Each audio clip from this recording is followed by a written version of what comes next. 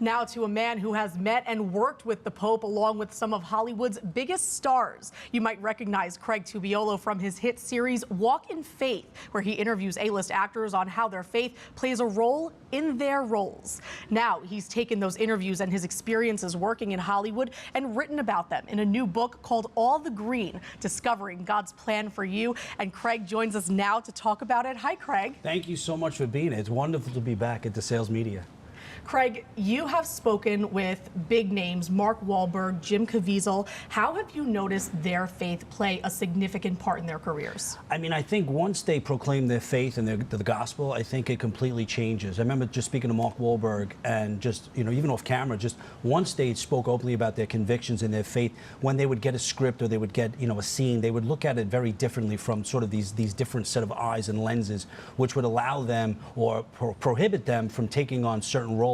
And I noticed too, I've been with Jim Caviezel several times having lunch with him and just listened to him talk about his conviction, his faith. It's inspiring and it really has impacted my life personally.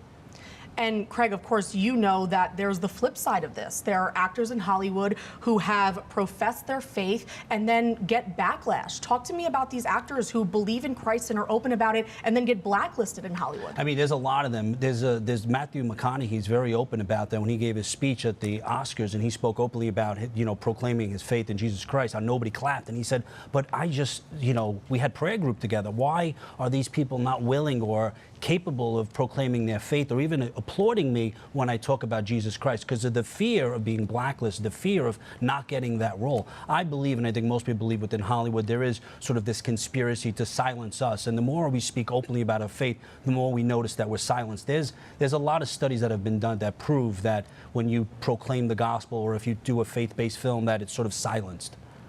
And I want to read quickly an excerpt from your book about the writing process. You are a journalist, and of course, there was a lot of hard work put into this. You say each chapter represents a milestone in my life, holding unique significance and has impacted me in various ways. Writing this book feels like reliving each experience, and there have been moments during this process when I struggled in certain areas, especially when it comes to fear.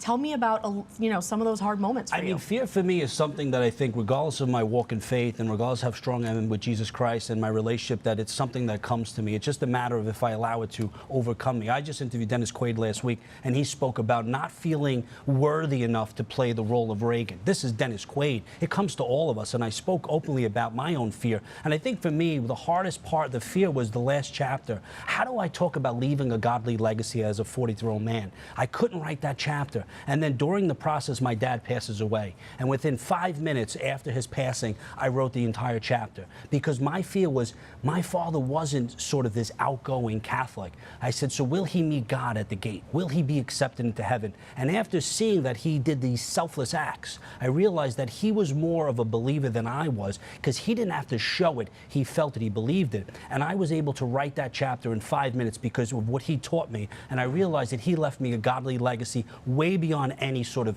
monetary. It was this spiritual wealth, and that chapter was the hardest one to write because of fear that I wasn't good enough or fear that I didn't know how to express myself until that one day. So I knew along the journey that God was preparing me to write this book, but each chapter was sort of was at the exact right time. It was all part of God's plan. Excellent. Craig, thank you so much for joining us, author of All the Green, Discovering God's Plan for Your Life. Thanks for being here. Thank you so much. And you can get Craig's book, All the Green, Discovering God's Plan for Your Life, on Amazon or wherever books are sold. Hi, I'm Christine Persichetti, anchor of Currents News. If you like what you saw, please hit the like button on this video. And if you want to see more content just like it, subscribe and click on the bell for notifications. Thanks for watching, because we are putting your faith in the news.